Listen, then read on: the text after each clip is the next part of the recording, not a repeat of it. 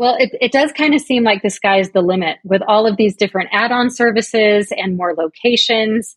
And it does seem like, I know every geographical location has their own unique challenges to sanitation, but this seems like for a place that is set up for it, it seems like a no-brainer.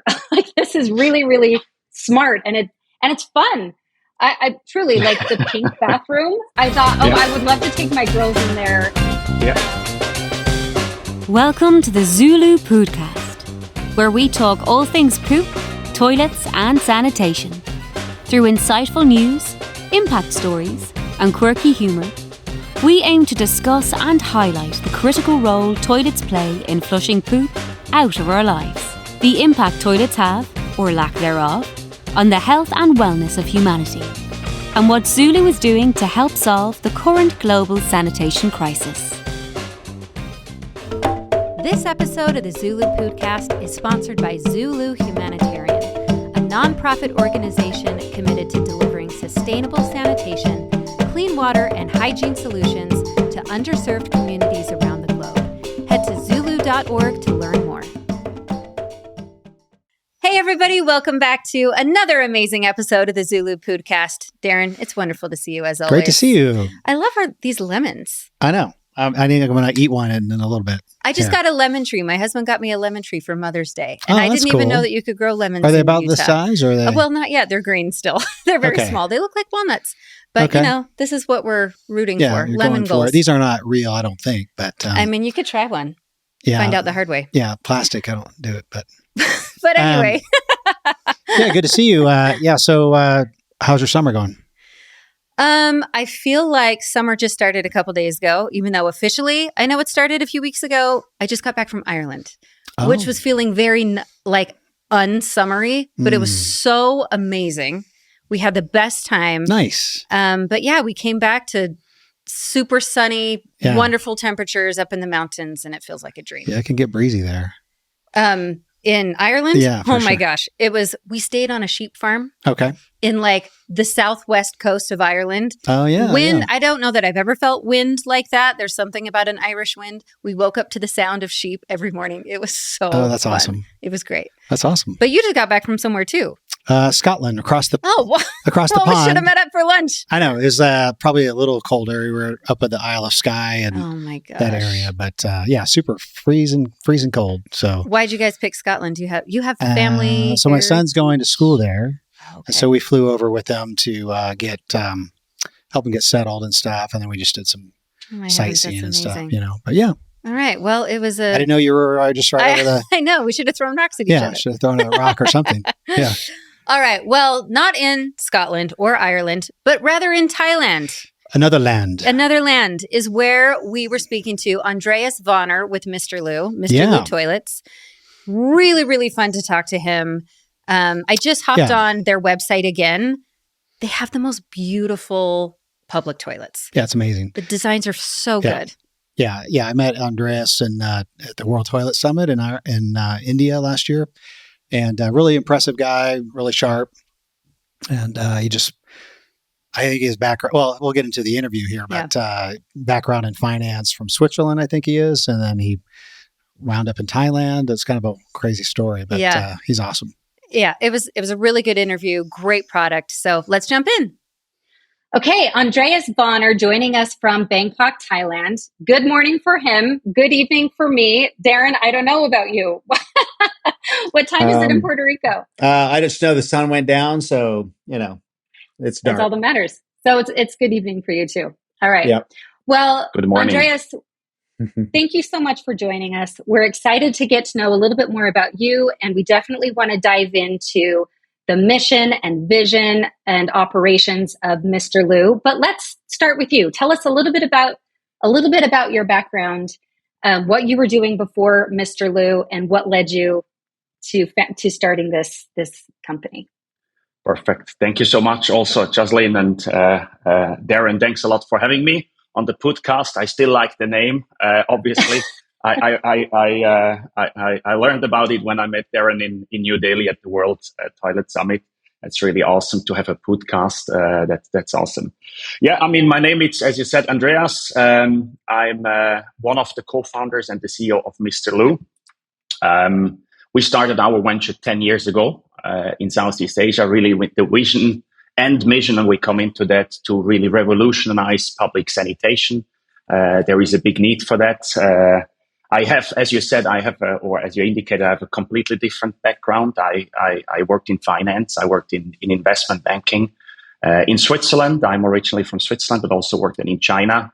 But I had more. But I worked with corporates. Let's put it this way. And I looked more into. I was always a person who liked entrepreneurship, who liked to corporates who really solve a problem. Obviously, this is a complete different industry, but I'm really a number-driven person. And when I was living in China, for me it opened a lot of eyes in a way that half of the world population lives in Asia. Of the 8+ billion people, we have 4 billion in Asia, and half of these 4 billion is a middle class. And when you travel through Asia or Southeast Asia, where we are now, you really also see the need for the business we're talking today. And that point in time, I said, let's try something by ourselves. Let's inaugurate the venture. And that's how we started then roughly 10 years ago with Mister Loo. But it was a bold step. I mean, jumping out of a kind of the business career into a new venture. But I don't miss it. It's really a great opportunity and a great, journey, which we have taken on with Mister Loo so far. Well, I definitely want to get into exactly what Mister Loo does, but I'm curious. I mean, that is a big jump from finance and banking into sanitation. Was there a specific moment or a specific need you saw that you thought, I can do this differently, I can do this better? Yeah, it was really this. I had this moment exactly. I was once traveling for a couple of weeks in Southeast Asia, and obviously you eat then all the local food, the street food.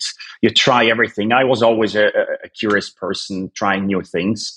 And then it is a different style of food and different, herbs and spices and everything. And don't want to go in detail, but suddenly you need, or the sooner or the later, you need a toilet, and you are somewhere at the beach, or you're at the fresh market, a night market. And then you see what is the prevailing infrastructure. And then you say, wow, many people must have the same problem. And then that's where I say, hey, why is nobody solving this? And the public sanitation concept, which we apply, we come into that later. That's, at least in Europe, it's a common business concept. And I knew that it's a service operation. And I thought, again, coming back to the numbers, that's a big thing. And why is nobody solving this? And then obviously you also challenge yourself. You said, if it's so an obvious problem, why is nobody jumping into that? But toilet sanitation is not a very sexy business. So many people may not jump immediately into that if they have another opportunity. But I had this moment where I really was, to be very specific, I was in Koh Samui in Thailand at the beach party, and I needed urgently a toilet.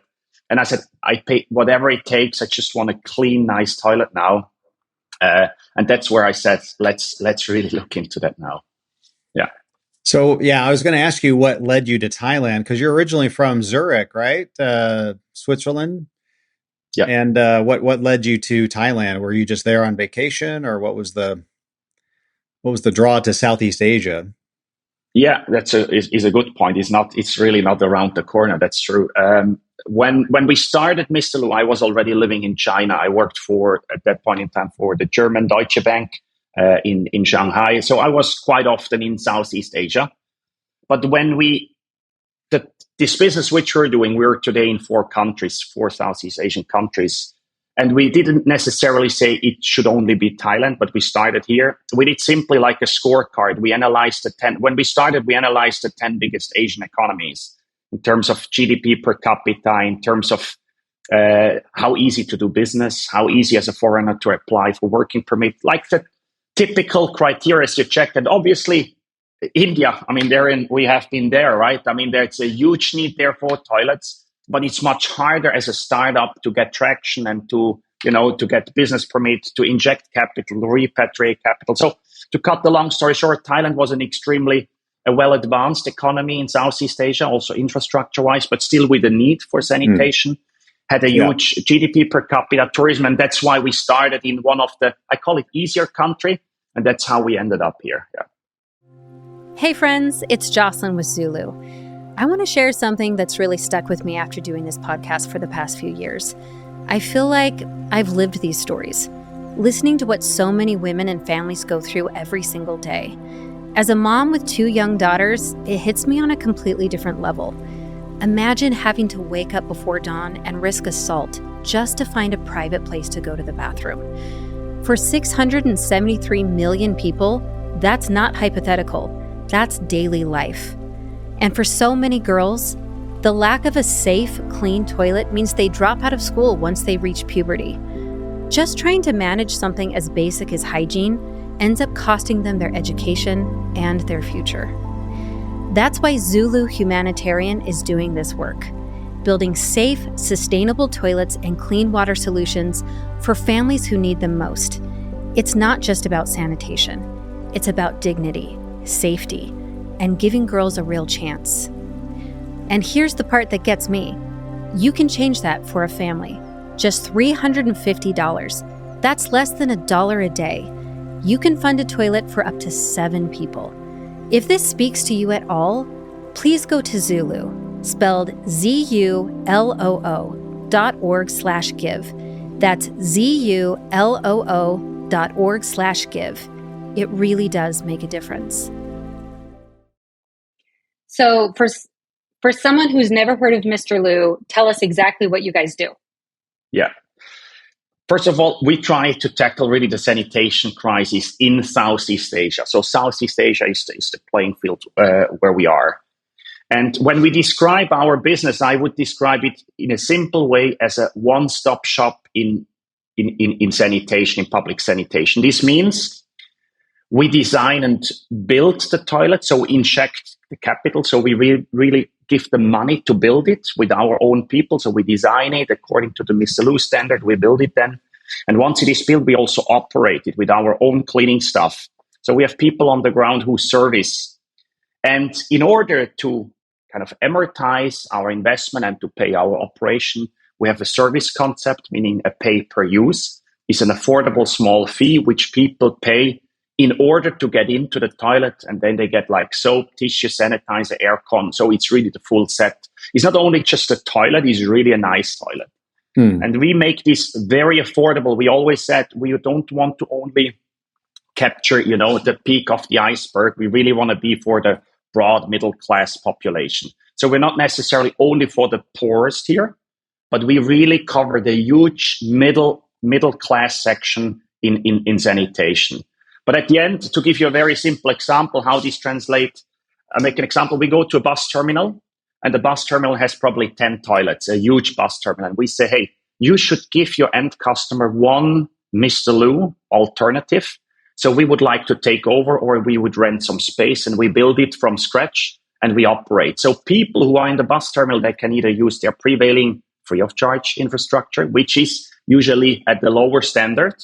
But some people may still say that's okay, and this is also okay. And some people also say, I take the Mister Loo because I pay the 5 or 10 Thai baht. So this is between 15 to 25 US dollar cents in order to get them the full service. And that's the concept we're applying. Okay, that's interesting. I didn't. Oh, sorry. Go ahead, Darren. I was just going to ask you, can you really adapt it? I mean, because they're really beautiful, just aesthetically beautiful places. I mean, do you try to adapt? I mean, do you have to custom build them, or do you have some kind of minimum footprint that you require, and then it's kind of standardized, or do you kind of design it at each individual place as you go? Yeah, I mean, there are 2 questions in it, but it's important. Yeah, first of all, we have just a standard like kind of modular build, like always the same materials, the same. That also helps us time to market just to deploy quickly. But when you're, for example, in a bus terminal, you need to take what is available in space. I mean, like Starbucks does when they go in a shopping mall here and there, we apply it for our toilet. So it's pretty standardized. Also, the materials across the countries we're today in Thailand, when Indonesia, Philippines, and Vietnam. But it's pretty standardized with the same look and feel. But what it is indeed, what you say is we need a certain minimum footfall that it makes sense economically, and this is around minimum 400 to 500 people per day. What we need in footfall in order to finance the operation, but also over time to repay our investment. And we are not for. We always say somebody always needs to pay for it. I mean, either the government pays for it or private. Our concept is that we shoulder the whole cost and then really finance it or refinance it over time. But also in terms of traffic, I think this is one of the, maybe just to add on, in Asia, we have a huge urbanization rate. I mean, there are three problems. Allow me quickly. The three problems. First of all, the density of public available toilet is comparably low in Southeast Asia. I also have statistics. We compare it with Australia, with Europe, but also with America. So low density. Second, the ones which are available are poorly managed in many cases. We really see that. And third, this is the urbanization rate. We have seen in Asia, I mean, you have these mega cities. If you take Jakarta and the outer ring of Jakarta called Jabodetabek, 35 million people. And, when we talk of a toilet, we have toilet facilities at large bus terminals with 3,000 to 4,000 people per day on a facility. So the traffic is usually not the issue, but you need it. You need to build it robust. You need to standardize what you said, and you need to operate. And that's what I always say. The construction, that's one part. I would say everybody can do that, but it's permanently servicing at high level according to SOPs, controlling, checking, and that's I think what it stands or it falls, in particular with sanitation. Yeah. So I was going over your website last night, and just to hit on the design one more time, the designs are beautiful. You have a couple different options. There's like a standard and then a premium. The premium, the colors were vivid and vibrant. Like, you've clearly thought about the customer experience and not just the need of having to relieve themselves. They're beautiful places. So it was really fun to, go through those photos and see how intentional you guys were about the design. Thank you. But I guess what I misunderstood was, so these are permanent structures in public spaces, but people still have the option are you always doing it near a free toilet? So people always have the option for one or the other? Exactly. I mean, first of all, thanks, Jocelyn, for about the design. It's great to hear that you liked it.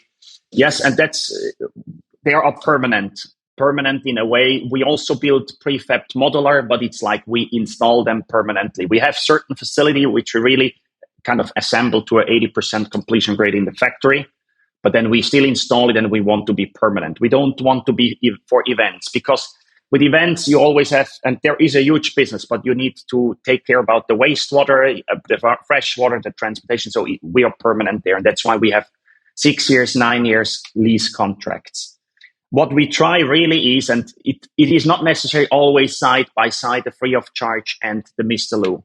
It always depends. Again, high density. When you go into Chinatown in Bangkok, you find rarely 1 square meter free space. So you need to take what is available. But what is really our approach, we don't want to discriminate anybody in a way. We don't want to get complaints that people say, I need to pay. We want what you said. We want that people say, I'm worth it, because it's a toilet experience. It gives me more. It gives me a sense of 2-3 minutes recreation, good air, background music, sanitizer, tissue, soap, really. And this was also accelerated by COVID. I would say a lot of people kind of increased their awareness for personal hygiene. And it's anyway a huge trend. I mean, when we think it is a little bit far what I now say, but when we think of longevity, we want to look better, we want to be healthy, we want to eat better. And this goes hand in hand also how the people use the toilet. This takes a little bit more education in some parts of the world, but the trend is clearly there. That option and that experience we want to provide to the people.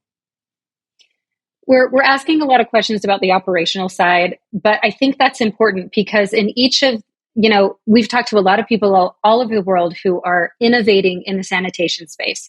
And, they see a vision where people have access and dignity to, take care of this it's a daily necessity for all of us.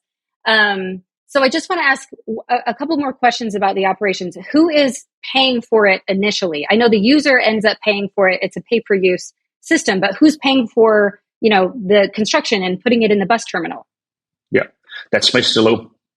We pay that. It's a capital intensive business. I mean, we are backed by investment firms from Europe and Asia. Hong Kong.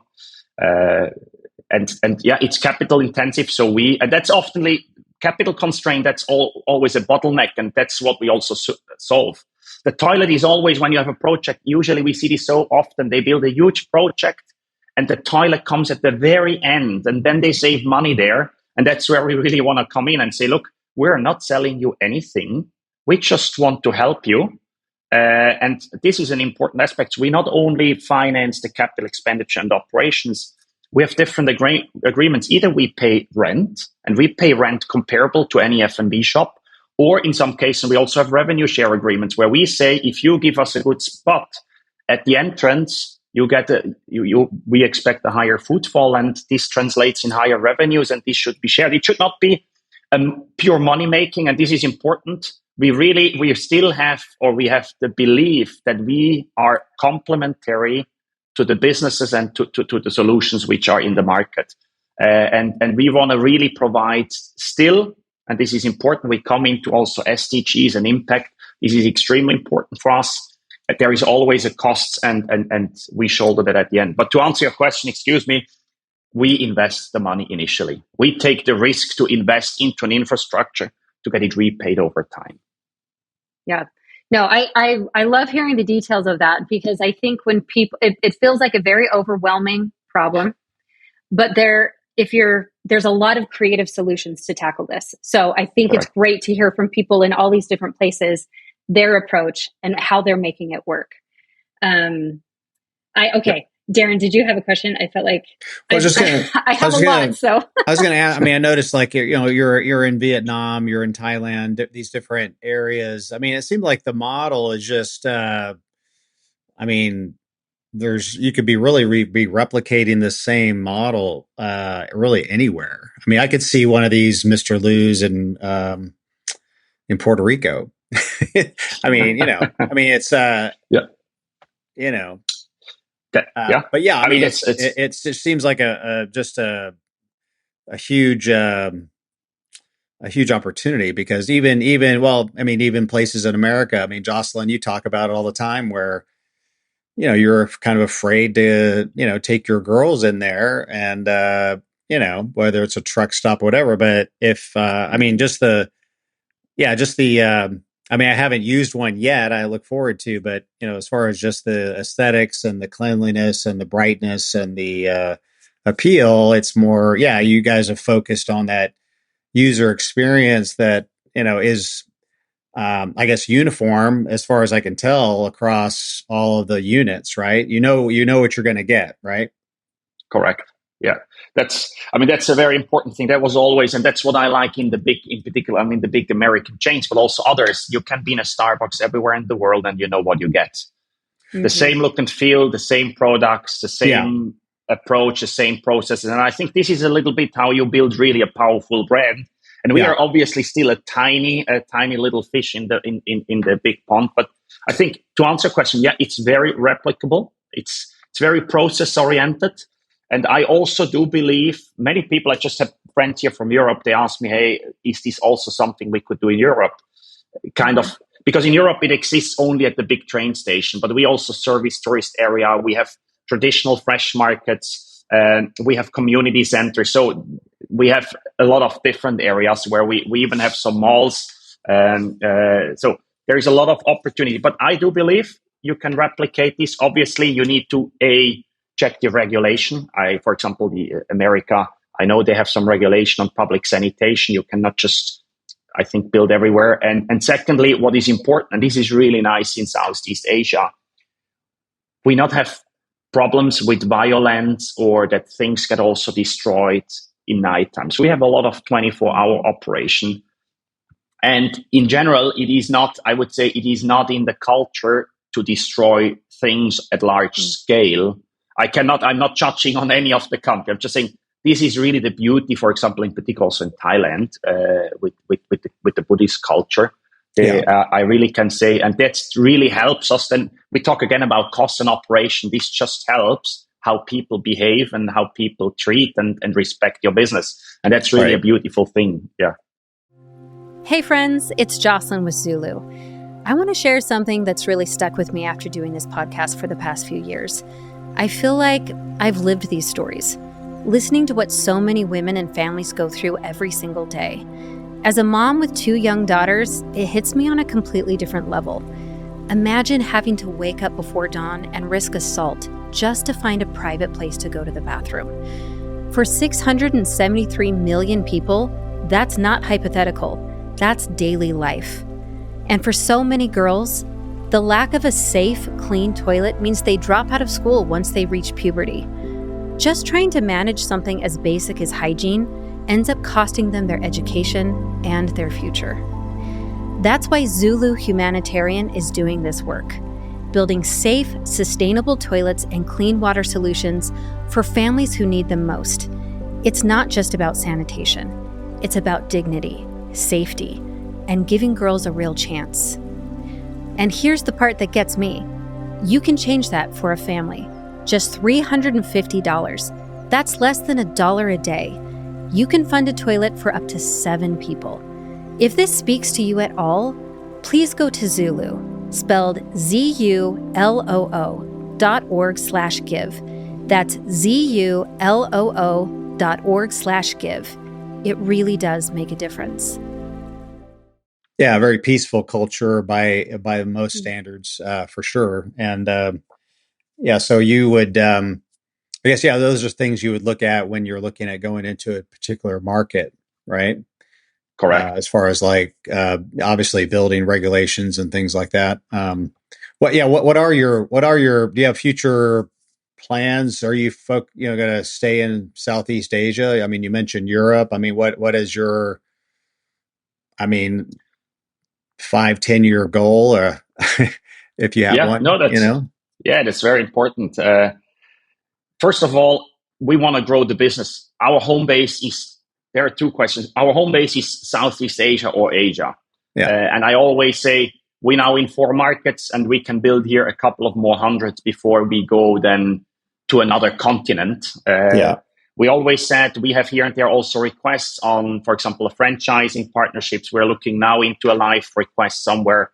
And this, we're open-minded. If a partner says, okay, that's something interesting, I really want to know, I really want to shoulder this kind of a franchise, and I think it is really interesting, and we are open for that. For us, is maybe the next 5 years is we want to build another up to 500 locations. That's our target in the next 5 years. And so this is the growth. Where are you component. at right now? How many units do you have now? A little bit more than 100. We have at the moment around 1.6 million users on a monthly basis, around roughly almost 20 million a year, like 18 million a year. But so from 100 locations, we want to grow to 500 locations. That's number one. In the growth component, number one is also not only what we have seen now, we started to offer a lot of incremental services like shower, luggage lock boxes where you can store your luggage. We even have at large field traditional markets. We even started with applying laundry business. And it's not just to add on something else, but when you know these large fresh food markets, the people there, they're preparing the meat, the vegetables, the farmers, they're dirty from here from the head to the feet. So they require also laundry business. So really, we want to add on into the Mister Loo ecosystem more services, add-on services where people just improves quality of life and convenience. That's the simple thing. So growth, that's the number one. Second, and we didn't talk yet, we also want to constantly develop our technology. Today, we built our proprietary software. So I can tell you at every point in time, real time, what is my location in Vietnam, let's say in Saigon or in Jakarta or in Manila in Cebu doing? We have all data points on when the people enter, how they pay, when the cleaning staff enters the shift. We built this proprietary software by ourselves because this only makes it unscalable. The toilet is a hardware, is a functional room, and you need to make it, you need to digitalize. So number 2 is digitalization. 3 is on the SDGs. That's also one of our strategic components. We for sure talk later about it. It's a topic as such. And number 4, and this is really big, and tomorrow actually is a big day, we will implement some services which go beyond the pure toilet. So it goes into well-being. It goes into, we work with partners where, for example, we will install a urinal and a bidet, like a toilet where you can pee and it tells you hydration status. It's not technology invented by Mister Loo. We also work now with a company, an Asian company. They do face scanning and tell you simple vitals like an Apple Watch, like how stressed are you? And it's not a hospital degree. We never want to become a hospital, but it's again experience, convenience, and health. Where you have the people, you have the people in your toilet. You just need to make more out of it. So, and these are the 4 components: growth, technology, SDG, and I call it wellness. And we want to boost that the next 5 years. And I don't know whether I'm in 10 years still here. I mean, our goal long term is potentially to sell this company once to somebody bigger who can read it and scale it in large. But this is a step-by-step approach, of course. Yeah. Awesome. Well, it does kind of seem like the sky's the limit with all of these different add-on services and more locations. And it does seem like, you know, I know every geographical location has their own unique challenges to sanitation, but this seems like for a place that is set up for it, it seems like a no-brainer. Like, this is really, really smart, and it's fun. I truly like the pink bathroom. I thought, I would love to take my girls in there. Yeah. It's interesting. In the States, I think the idea of paying to use the restroom is a very foreign concept. That's just not something that we're familiar with. But if you travel outside of the States, you'll see it is pretty expected. It's pretty normal. But a lot of times you pay for it and the experience still isn't that great. Correct. And you're kind of wondering what you're paying for. And all of your, I'm very happy I'm very happy that you mentioned this. I didn't want but that's exactly the point. Also in Southeast Asia, you pay often, maybe 20, 30% less, but you'll get no service. That's exactly where we said, for a little add-on, we do it 10 times better. It sounds a little bit selfish, but that's really the point. I think you should only charge, and that's where people not complain, because it's still affordable. I mean, we always make a living basket. What do the people pay for water? What do they pay for a coffee? And we really make this, because if we would just charge something and people would not use it, then our investment, which is initially granted, then would be lost. So I have, from the start, we invest into one toilet. I have the highest motivation incentive to make it affordable and to make it that people love it, because only then they will use it. And that's a little bit the approach. But I agree, many people or many of facilities already charge, but the service is not where it should be. And all of your units are attended, right? That they have on-site staff that are staying on top of it, which I think is really critical, you know. That's the key point. I said it earlier. It clean and taken care of, right? So, correct. That's what I said earlier. Building everybody can do, but it's really the maintenance.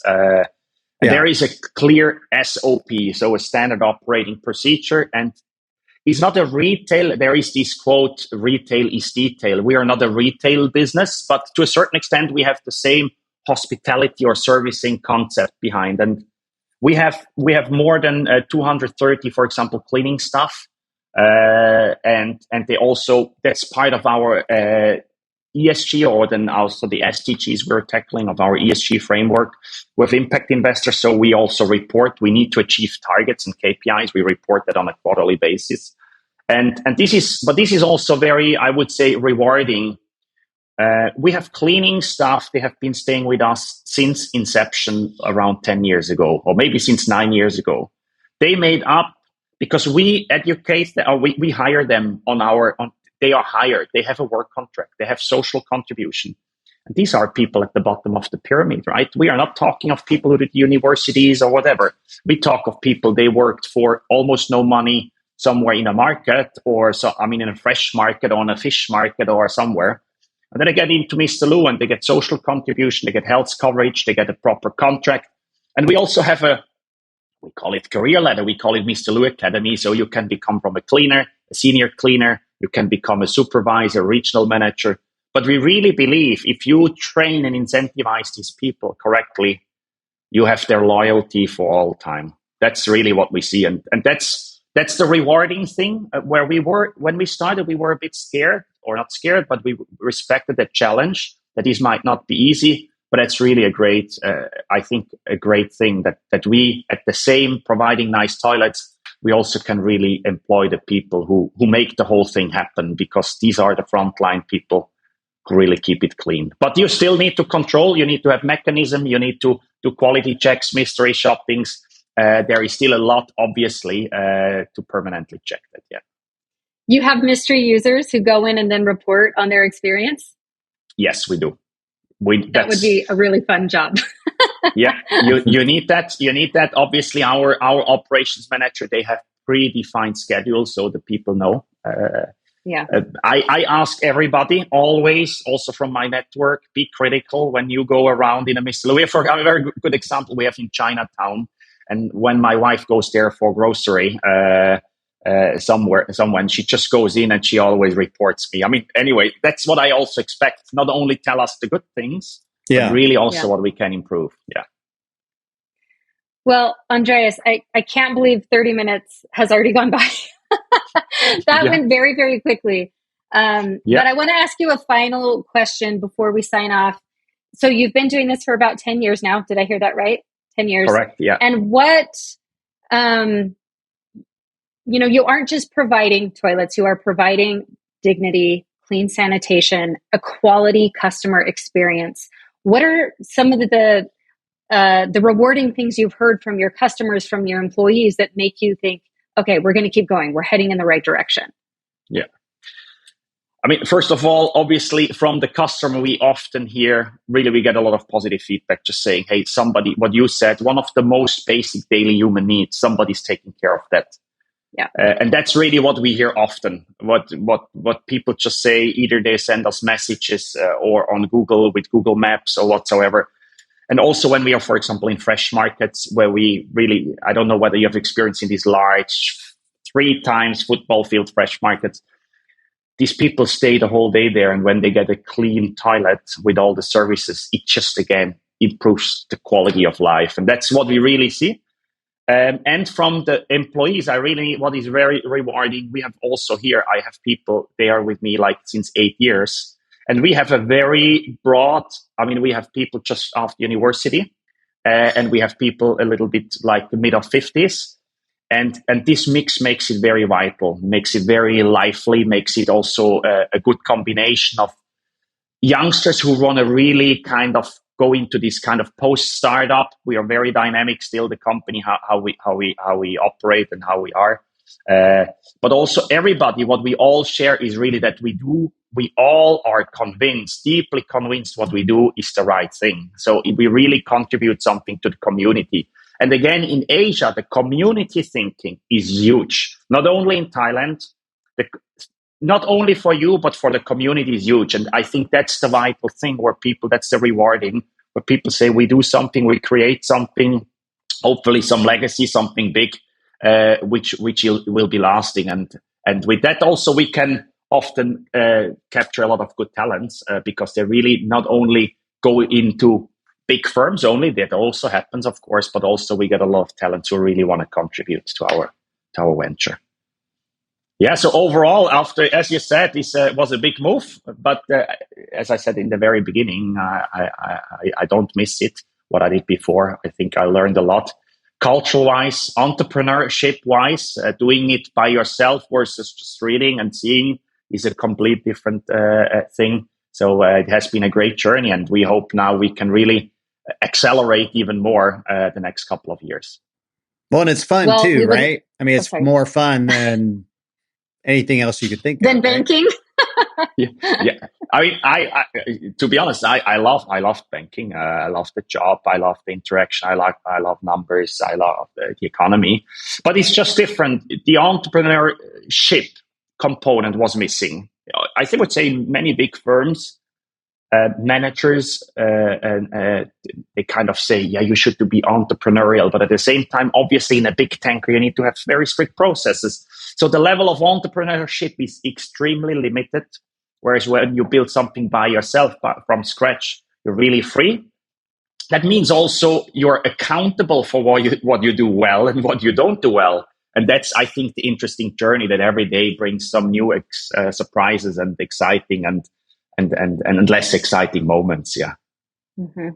Yeah, you get all of it. The good, the bad, the ugly, the scary, the wonderful, the why am I doing this? I'm so happy I'm doing this.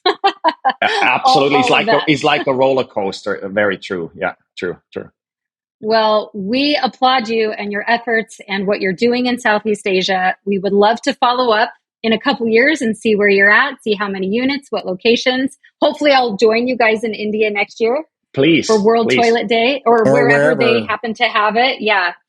Maybe who knows? Bangkok. Maybe we'll be in Thailand. Maybe that would Bangkok be incredible. On the list? Is that the short list? Yeah. I don't know. It should be. I would love to go. We know. We need to talk with Jack Sim. He's the man who organizes this team, and then we see where the next event takes place. Yeah. Yeah, I'm going to text him right now. Hey, do Bangkok, do it. I vote for Thailand. Awesome. Thank you so much, Andreas. Perfect. Have a wonderful day. Thank you both. A pleasure, and thank you so much for having me in your podcast. Really was a pleasure talking to you. Thank you so much.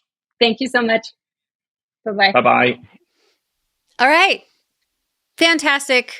Great interview. Great guy. Really, really cool company. I highly recommend you check out their products on the website. Yeah, he's really doing a great thing to systematize, and every time you go to a Mister Loo, you're going to get the same experience and just kind of like any other brand. Just get what you're going to get. You know, it's awesome. He's doing that, and not just in Thailand, but those other countries too. So, well, hopefully at this year's World Toilet Summit, which happens to be in Bangkok, we'll be able to check out Mister Loo in person. Yeah, I want to use one. I'm a paying customer. All right. Well, thank you so much for joining us. We'll see you next time. This episode of the ZuLoo Poodcast has been sponsored by ZuLoo Humanitarian, advancing dignity, health, and opportunity through sanitation. Learn more at ZuLoo.org. Thank you for listening to the ZuLoo Poodcast.